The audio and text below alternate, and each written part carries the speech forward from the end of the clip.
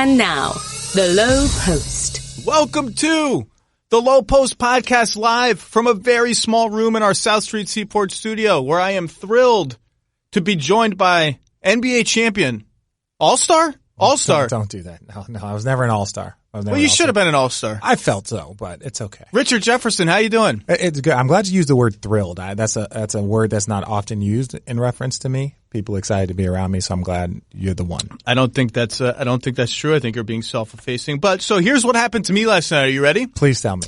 I tweeted at halftime of Warriors Clippers that we should just have the Warriors and the Bucks scrimmage for the next week because the Clippers were playing well and they were playing hard and there was just nothing they can do. And then I went to bed. Mm-hmm. And then I woke up at 5:45 in the morning because I had to pee because I'm an old man. Yeah, that's fair. Old prostate. Man. That's the prostate. Checked my phone. Yeah. And I said, oh boy, I guess I'm just awake now and I got to watch the second half of the game. And then they clowned me on Get Up, which is deservedly so. I want to open with this. Okay. Here's a possession from last night's game I'm always going to remember. 7 minutes to go. It's 120-106 still. Okay. Probability is like 99%. Yeah. Still. Lou Williams, Pat Beverly pick and roll. Okay. To get the switch of Steph onto Lou Williams. Steph's defense has been better than it was last night. It was not great. They get the switch. Transition into Lou Williams, Montrezl Harrell pick and roll. Maybe the best pick and roll in the entire league this season. Agreed. Just straight clowning dudes. Yeah. Okay. So Lou gives Steph a little fake to his right before the pick. Steph bites. Okay. Now he's behind. Lou's going left around the pick. He's open. Mm-hmm. He starts pulling up for a three. Bogut says, oh, I got to get my Frankenstein out there and challenge this three. Okay. Lou sees that. Harrell rolls to the rim. Boom. Dish to Harrell. Harrell's open. What do we think is going to happen? Harrell is going to finish the play because that's what he normally does. Draymond Green rotates off Danilo Gallinari on the left baseline. Harrell touch pass to Gallo. Not a lot of Harrell touch passes this season. Gallo and one. I'm highlighting that play because all of the focus today is going to be on the Warriors collapse. DeMarcus is injured. Are the Warriors disinterested? Blah, blah. The Clippers freaking played great. And I want to start by just saying that. They played great. Lou Williams and Harrell have been out of their mind all series. Gallo, sneakiest 24 points anyone's going to score this year. Just congratulations. They played great. That's all. Yeah, they played outstanding. And when you break down that play, so for NBA fans out there, which if you're listening to this podcast, you are, when you look at that, that's something that the Warriors had done all the time. You get a Draymond, Steph pick and roll. Then, you collapse on Steph, you throw it to Draymond, and then Draymond play makes. And he's throwing it out to KD. He's throwing it out to Clay. He's throwing a lob to Looney or DeMarcus. So that play that they ran was executed to perfection. And that's normally what the Warriors were known for. That's what they were doing when they were up by 31, when they were up by 14 with X amount of minutes to go. That's what they were doing. But the Clippers just did it better in the fourth quarter. They gave up 85 points in the second half. That's like a typo. That's in second half. That's not a thing that multiple happens. 40-point quarters. I can honestly say, even in playing against them in two finals and playing against them, over this stretch of their greatness, I don't think I've ever seen them give up 85 points in a second half because typically you switch everything with their lineup, so it just slows down your offense because you have no triggers. Just a little stat for you. Give me a stat. Lou Williams, Montrezl Harrell pick and roll for the series is 1.2 points per possession. I don't know what that means. That means, so take the best offense in the league and make it like 20% better. That's what that is. They're just killing teams. Yeah, that's a good offense. The amazing thing about this was there were like 15 moments where I was like, oh, the game's about to be over. Oh, the game's about to be over. It's just, here are just some things that happened. 116-100. Curry walks into an open three, misses on the pick and roll. Offensive rebound, he walks into a two, misses that. Could have been up 18. Very next possession, Iguodala gets a steal and is staring at a pick six. This is like 8 minutes to go. I saw it. Loses the ball. They had three separate instances. KD commits a charging foul on a 3-on-2 with 2 minutes and 30 seconds to go. Draymond threw the ball away at some point after Klay Thompson got a steal and a deflection. Just threw the ball. Iguodala wasn't ready for it. There was just Patrick Beverly picking Curry at half court. I think it was still a 16-point game then. Oh my God, that was a felony, right? Like if you steal something like that from someone, like that's a felony. It was amazing. He just took it from him. And I love that Doc, I don't know how they've done this. This team plays so hard and they never quit. And they are the quintessential team that shouldn't be like this because half their roster is free agents. And the other half are like, all we hear is rumors about all the stars that are coming in here this summer. Like teams, I don't know if you've ever been on a team like that, but teams like that, like you're really at risk of guys playing for their contracts, guys playing for themselves. And this team plays the opposite. Well, let me say this. I was so fortunate. I had a sit down interview with Steve Ballmer. And everything that he talked about since taking over the team and the grit and the grind, he was like, we don't want to be the glitz and glamour of LA. That's for a demographic of LA. We feel like we can touch on a demographic in LA that is just hard-nosed, hard-working, blue-collar people. Those are the people they want to bring in. Those are the people that they want working for the organization. Those are the type of kids that they want to draft. That's who they want to be. And so it doesn't surprise me. It's not fake. It's not fake. That's real. Like Ballmer is intense. When you guys see him dancing and doing all this stuff and getting excited, I kid you not, in this interview and when we were talking, that's legitimate. And so, yes, one thing that you have to give him credit for is because, look, no one knew this was going to happen. We don't want to sit here and act like, oh, that this is what the Clippers do. But ultimately, these are the type of people that they want in their organization. So it's not a surprise because you can't do this with just any group of guys. You have to have a bunch of selfless players that know how to play hard and only play hard. And you're talking, you can't do this big picture. Big picture. You can't do what happened last night against the defending champions on the road. Like a normal good NBA team can't do that. No. It takes a different kind of group of guys to make that rally. And I just thought they were phenomenal. And Lowe just rolls out of bed. It's ridiculous. The guy just knows how to score. Well, and I said this in the beginning of the series. I said this would be a great appetizer for the Warriors. And I still stand by that. I love Warrior fans. I know I'm one of the bad guys and I always get on TV. And were you at the Halloween party? Everyone was at the Halloween party. What did you dress up as? I went as Barack Obama. Okay. Yeah. It's a good. What was that? Was there like a corpse of Steph Curry with like 3-1 written on it or something? No, there was cookies that were like little graveyards, but it's like they make it seem like LeBron James is making the cookies, right? They make it seem like we're going through it. He did wear the Ultimate Warrior shirt off the plane. But I will say this was made by Homage, and they are an Ohio-based company, and we had all been wearing those shirts on and off. Like, look, because we're all wrestling fans, that was kind of like our gig. And I'm not saying it might not have been a little subtle thing, but then Draymond wants to wear the Quickie t-shirt, and it was like, well, that's just kind of, it's a good one, but it's kind of unoriginal, right? But yeah. There is some back and forth. There should be competitiveness. There should be a little bit of pettiness in it because it's fun. Because as long as it's respectful competition, that's all that matters. And, I was so fortunate, even though I was just a vet, I had a bad back. I didn't play much. I was on that first Warrior team that went to the playoffs with Mark Jackson. So I have nothing but respect for Clay and Steph and Draymond and everybody there in that organization. That being said, like the Warriors have to understand that the role that they are playing, they are chasing history, not championship history, not back-to-back history. They're trying to put themselves in an elite category that only like 2 or 3 franchises have ever done in basketball history and really in sports history. So it's bigger than Patrick Beverley. It's bigger than not playing defense in the fourth quarter and then in the second half. They have to kind of focus, and hopefully it's what happened with Boogie Cousins, but hopefully they can put themselves in a position where maybe they feel like they can get a chip on their shoulder the right way now that their guy is down. People, this show is sponsored, as it often is, by SeatGeek. The ticket industry hasn't changed that much in a long time. There's a bunch of big companies who have been around forever, but they don't really care about making the experience easier for you, the customer.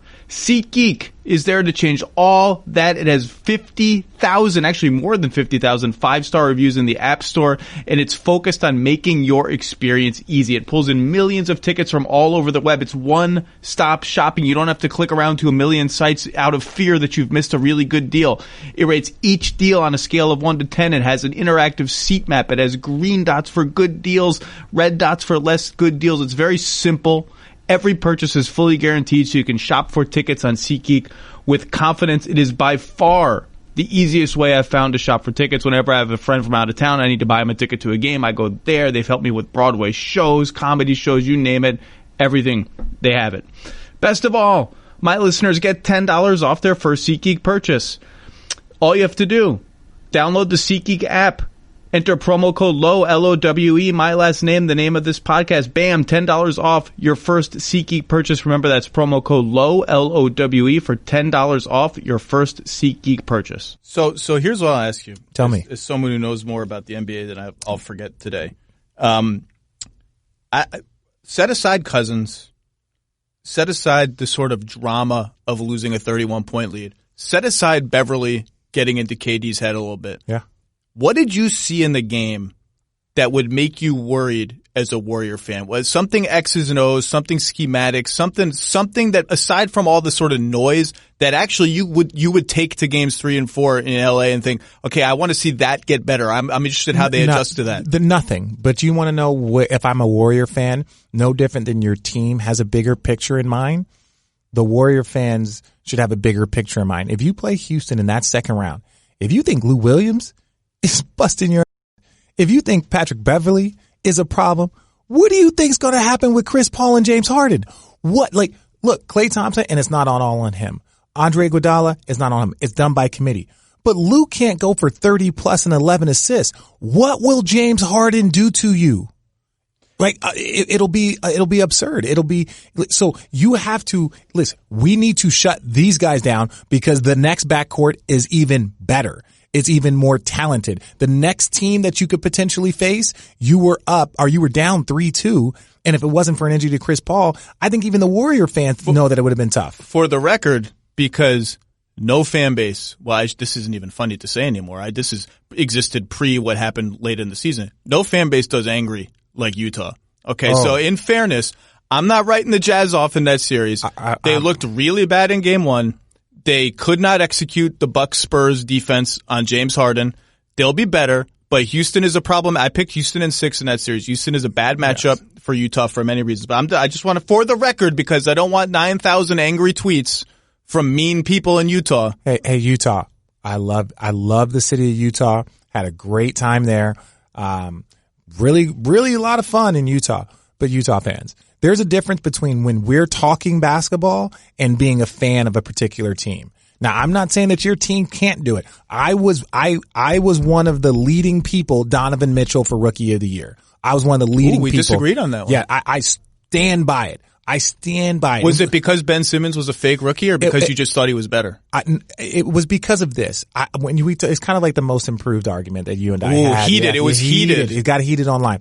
My thing with Donovan Mitchell is that Donovan Mitchell showed up to a team that was replacing an all-NBA player in Gordon Hayward, right? And he didn't know who his coach was going to be in June. He didn't know what system he was going to play. He didn't know any of that. And he went out there and dominated. Right? Ben Simmons but Ben Simmons had a year of just working on basketball. Ben Simmons had a year of knowing who his teammates was going to be, who his offense was, what his offense was going to be, and to assimilate his game to dominate.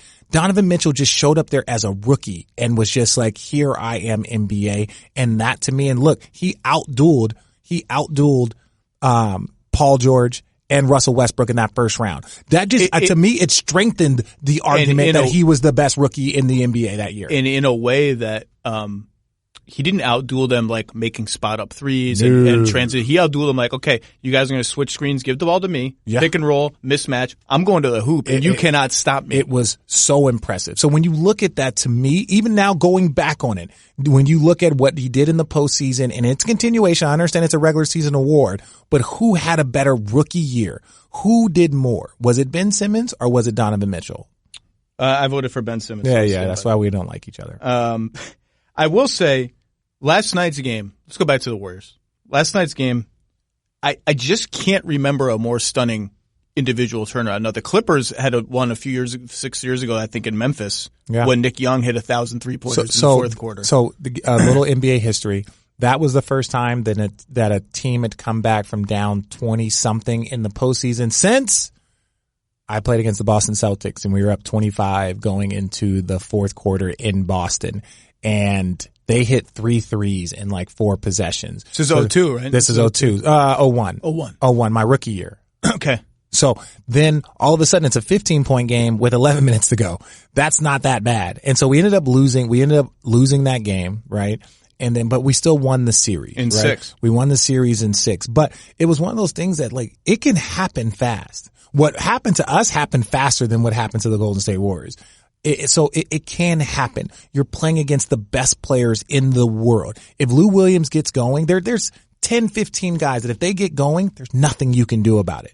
You know that I was, what was it, 2019, 17 years. I was like 23, 24. You were 23? When that game happened. Yeah. Antoine Walker. I don't know if I've ever obsessed over an NBA player like I obsessed over Antoine Walker. Like I just was obsessed with what he could be. Yeah. Cause original stretch four, one of the original stretch fours. I went to the movies during that game. I had a girl who was like, I don't want to watch basketball. You were sick. Big mistake. Big mistake. Almost as bad as going to sleep and tweeting. Yeah, very bad. Very bad. One of the reasons it was so stunning was because for 6 quarters of this series, the Warriors looked like a team that had flipped the switch on defense. Yes. Draymond looked like Defensive Player of the Year Draymond. Yeah. Kevin Durant was everywhere. Okay, Clay always plays hard. Andre Iguodala flipped his switch from. He actually had a pretty good regular season, but he's in playoff mode. Yeah. And you saw, okay, well, they're just not gonna. They're gonna be the best defense in the league. It looked like the Detroit-Milwaukee series. Oh. It looked like the Detroit-Milwaukee series. Which this is what I was telling somebody. I was like, look, with Blake Griffin out, Milwaukee has 5 players on their team that would be. I don't want to listen Drummond. Let's not disrespect him, but that would be the second best player on the Detroit Pistons team. They have 5 guys. Right? Let's take Giannis out. I see. They have 5. So Middleton would be the second best player, right, on their team. Let's say assuming Drummond is the best, right? And then let's say I may not go with you all the way, but be nice to Andre. Okay. No, that's what I'm saying. What I'm saying is like Drummond and whoever else, right? So Bledsoe, you got Middleton, Malcolm Brogdon. All of those guys are better than anybody else that Detroit has. That's why that series is going to be a problem. That series, I feel confident keeping my tweet up for that part of the series. Yeah. I think that one should be. Damon Jones says they're going to be the first team to win a series in 3 games. I want Dwayne Casey just get crazy. Now just get crazy. Play like 5 point guards all at once. Shoot 73s in a game. You're just still be crazy. You're still establishing habits, right? Even though you're not. That's a very mature way to look at things. I know, but even though you're not doing this, like, look, this isn't your goal. Is never that 1 year. Like he wants to continue to build on it. So I understand still playing the right way. Fair. So that was to me the thing that surprised me most is that anytime there's a 31-point comeback, it's great play by one team and a step back by the other team. And I thought the Warriors defense. For whatever reason, could not bring, well, maybe because they were up 31 and the foul trouble screwed up their rotations. And I didn't like that 4th foul on Steph, by the way. That was another one. The only reason that foul could have happened was because the Clippers threw the ball out of bounds, inbounding it. I mean, how crazy is that? Yeah. Things gotta go your way. Yeah. Even to win a championship, you have to have so many things go your way at the right time. No team just wins a championship by 20 points, even by 10 points all the way through. You need multiple things to go your way. And there was a bunch of things that went the Clippers' way last night, and it was just unfortunate. But even if you look at it, like Steph hits that big 3, tied the game, takes the lead. They're going back and forth. They're doing that 3 I want to ask you about because you played this team so many times. It's fascinating. So the Clippers, I think, have even gone a step further than most defenses in not guarding the guys who don't want to shoot threes. Like they're almost playing a zone off of Cousins, who's not playing anymore, off of Draymond, off of Iguodala. Like it's even more extreme. Like you can't even sometimes tell who's actually guarding those guys because they're on the opposite end of the floor. The downside of that is when the Warriors read that and play what I would say correctly, things like that Steph 3 happen. So no one's guarding Andre. Yeah. Steph passes to Andre and runs right to him. Yeah. And there's a handoff and a wide open 3. I just always wonder, now you guys played them a little differently. You switched a little bit more. There's no great way to guard them. No. But I guess not guarding those guys to that extreme is the correct answer. But when the downsides of it hit, it looks so bad. They're like, I wonder if there's a place where you're almost taking it too far and giving them those, but I don't know what there's no right answer when you got all those guys on the same team. There isn't, and that's the thing. You're saying it take it too far, but really it's like they push you to your limits, right? So the very first couple of games in the finals when in 16, we were trying to switch everything. And you couldn't. It wasn't in your DNA. We couldn't. There's just too much action. They're too good. Barbosa killed us. Harrison killed us. Livingston killed us. Their bench was like Clay and Steph didn't do that great. Like we did a great job of taking them away. But we gave up everything else. So then our next adjustment, which we switched in game 3, was, okay, stay at home with everyone unless Steph and Klay come together. If Steph and Klay come together, that's the only switch you will make. If it's Steph and Draymond, if it's Steph and stay with Steph. Just and look at Steph and follow Steph. Follow Steph. And we'll give you help, but keep coming, right? Continue pursuing. And that helped our defense. That really changed the series, that T. Lue figured it out. And to your point, you got to kind of live with those repercussions of, look, I'd much rather have Andre Iguodala open than Steph. Steph is they're one of the few teams, maybe the only team I've ever played against, that you could do it right, 100%, and they can still kill you. Right? You can execute your defense, but his shot is too quick. They have too many weapons. There's just too much going on. And he can shoot it from God knows anywhere. So it extends your defense even more than you're happy about, because it's like him and Dame Lillard that can shoot from freaking half court, that it just makes it so difficult to guard. I got sidetracked because by your very good point that maybe I want to talk about that Steph 3. The defense in the second half, Gallinari hit a right corner 3 when Draymond just stopped guarding him. 4 or 5 times, including on Lou Williams' hanging bucket that I believe tied the game with 45 seconds left. I can't remember. They seemed to miscommunicate on how they wanted to guard some of Lou's pick and rolls. Lou's guy would shade him away from the pick, but the guy on the screener would be on the other side of the pick, like they were having different coverages. And so Lou would have an alley to his right, and he would just take it and go offensive rebounds. Harold just one of the reasons why they want to shade to his right is because he wants to go left. Dominant.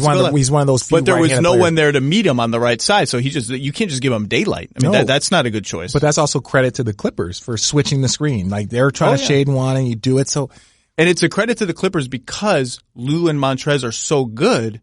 You start to, what are we doing? Is he going here? Is he going there? He's faking us this way. It's like everything is intertwined. It's a credit to the Clippers for being threatening enough that they begin to question what they're going to do. Well, and again, when we talk about big picture and we're allowed to look forward, they're not allowed.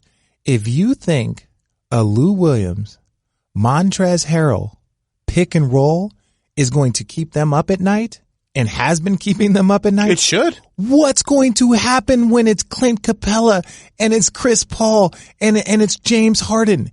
Like, that's the concern that they should have, is like, yo, I believe we'll win this series, but we're not playing great basketball right now. We're not they're not playing the type of basketball that they need to play. They would be down 2-0 right now if they were playing against Houston. Wow. They'd be down 2-0. They did win game 1 by 17 points. Yeah. They'd be down 2-0. Basketball season is in full swing. This is when things start to get very interesting. The contenders start to outperform everybody else. And whenever you're driving your family or friends this basketball season, you should make sure your car has the right tires to get you there safely. You need good tires. Goodyear knows that performance is everything, whether it's on the road or on the basketball court. So when it comes to choosing tires, let Goodyear.com help you choose what's best. Goodyear, more driven. Interestingly, in game 1, DeMarcus Cousins was minus 17. And there has been an undercurrent for a long time now of maybe they're better without Cousins is strong, but I would frame it more as they're better with Looney and they're better with Bogan, or those guys fit what they need out of the center position more. DeMarcus Cousins posting up and taking shots away, too many shots away from the other star players is a net negative on them. I think there's a lot of merit to that. We can discuss it a little bit more. But I also think his injury, and he's likely out for the season according to Chris Haynes at Yahoo just now, or faint optimism he could appear in the finals. Now, we're a long way from that.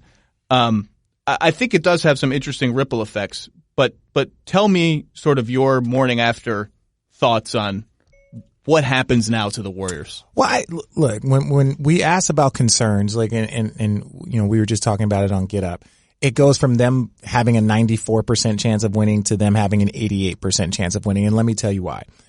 The playoffs are all about postseason. It's all about matchups. The strength of our team, when we were fortunate enough to win it in 2016, is you look at it, you had me and you had Channing Frye, right?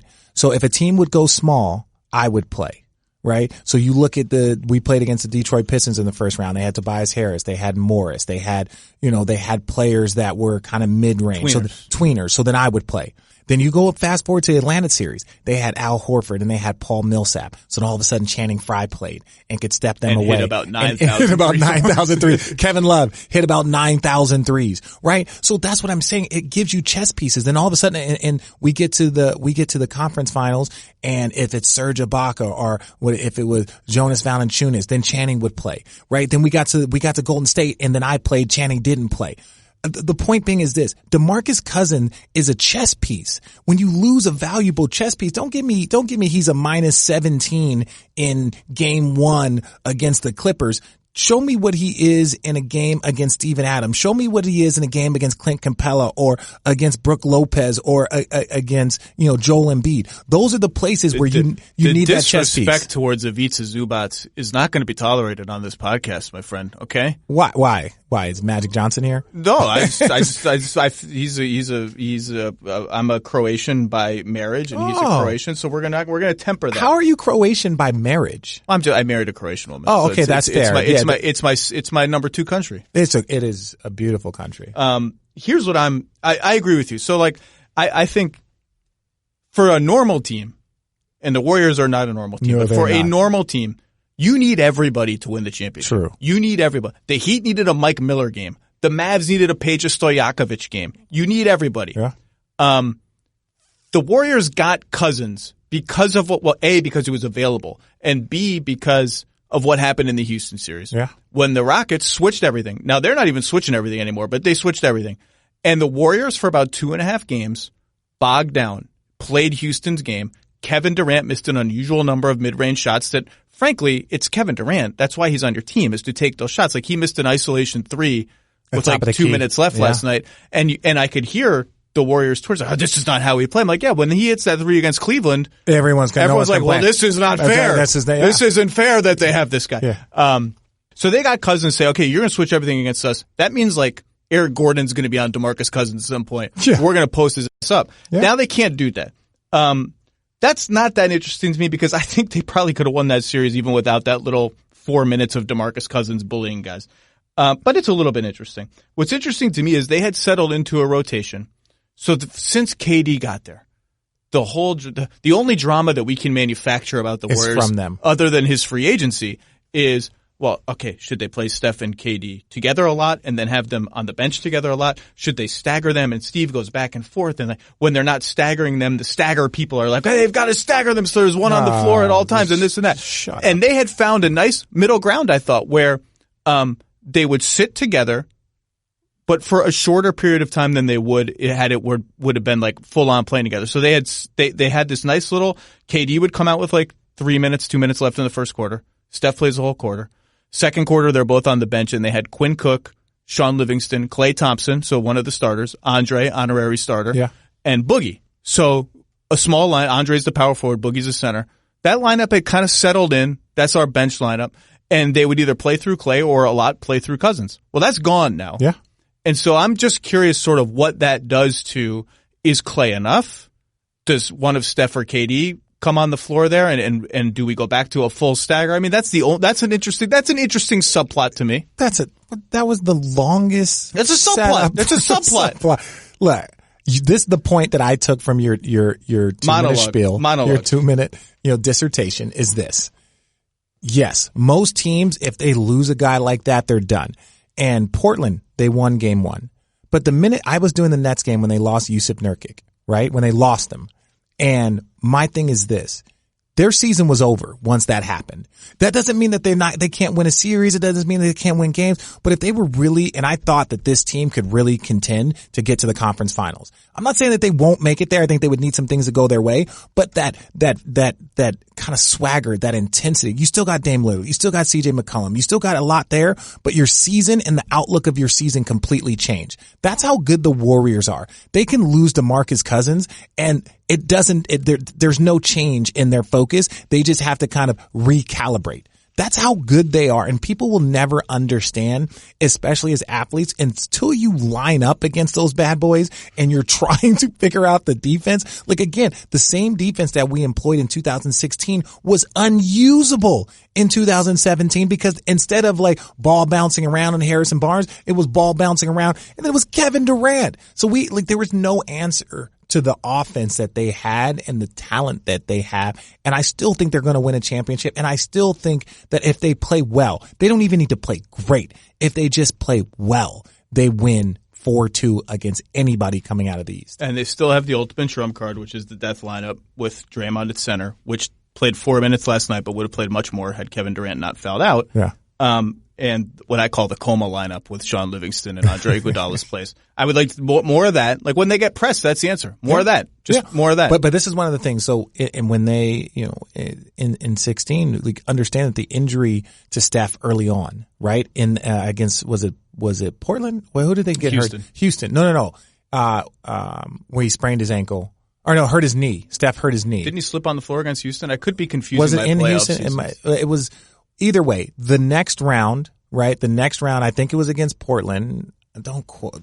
Either way, conference finals against Oklahoma City. They were down 3-1. So they played def lineup the rest of the way. Yeah. Ultimately, that wore guys down. Andre Iguodala is an older player. Livingston's got a lot of miles on his body. You're not very, very deep. So that's the thing, the worry now. Foul trouble for a KD. There is no DeMarcus Cousins. Like these things can accumulate over the course of the postseason. I'm not worried about them in this first round. I'm not really worried about them in the second. Well, I am worried about them in the second round, to tell you the truth, because it's Houston if they're able to pass Utah. But ultimately, it just puts you in a position of like trying to figure out the best way to navigate, and losing that chess piece hurts a lot.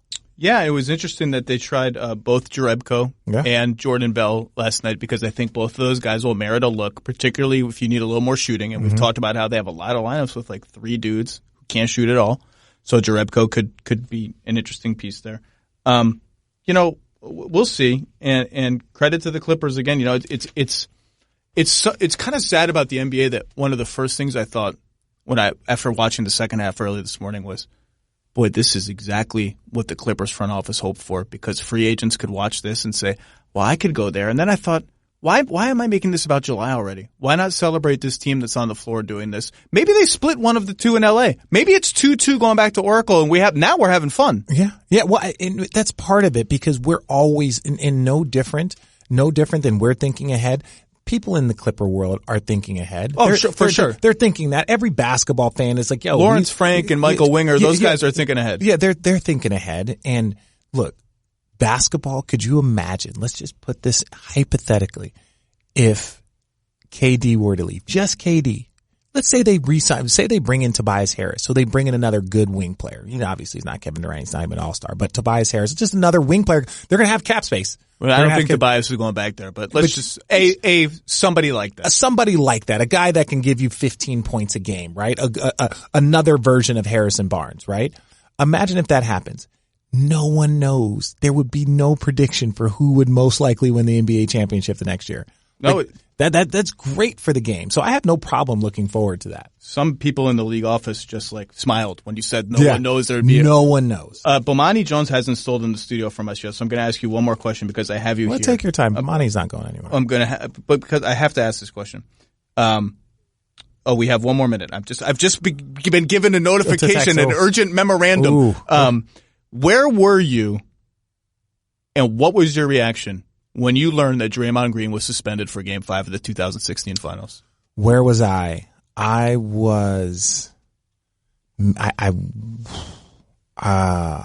don't know. I feel like it might have been practice. I feel like because it was Game 5 he was getting suspended for, so maybe we were on the plane. People remember it as being as you're getting on the plane. I think I said we might have been on the plane. And I remember saying this, and this is my problem, right? And this is not a sensitive moment. This is me just saying, people, Warrior fans, the only reason why I talk about this is because your team is still relevant, and I was a part of the last team that was fortunate enough to get a win. So don't get sensitive. We're just talking basketball here. What I'm saying is that I remember saying, look, guys, we beat them by 30, right? We beat them by 30 in Game 3. And I was like, yo, if you can win by 30, you can beat them 3 times in a row. And I remember saying this, we needed some help and we got some help. And that's not like help in the sense of like from the NBA, right? We needed some help. Like we needed something. We needed another jolt, right? Because we were devastated, because we were up 8 in that fourth quarter against them in Game 4, and they just outplayed us. They hit shots. But in my brain, I was like, yo, we can do this. We can do this. And that was our mentality. And we were a very together team. You can't come. Most of the time you're down 3-1. And to their credit, they did the exact same thing because they were so locked in together against Oklahoma City. They were so focused and they were so united. It is impossible to overcome that type of deficit unless you are completely united as a team. And that's the one thing I will say about our team is we were completely united no matter what the odds, very similar to what we saw from the Clippers. It didn't matter that they were down 31. They were focused on one final goal, and then all of a sudden something broke, and then another thing broke, and then another thing broke, and all of a sudden they were able to get that win. It was a great win, even if they lose 4-1. Yeah. We'll always remember that game. Yeah. And it's history. And they should take pride in it, and they should take pride in not giving up, and they should take pride in their season. Okay, Bomani needs a studio. RJ, thanks for making a little time. Thank you for having me, Zach. The playoffs will be going on for another 8 months, I think, so maybe we can do this again soon, my friend. Yeah, I'll be here. Thank you. Thank you.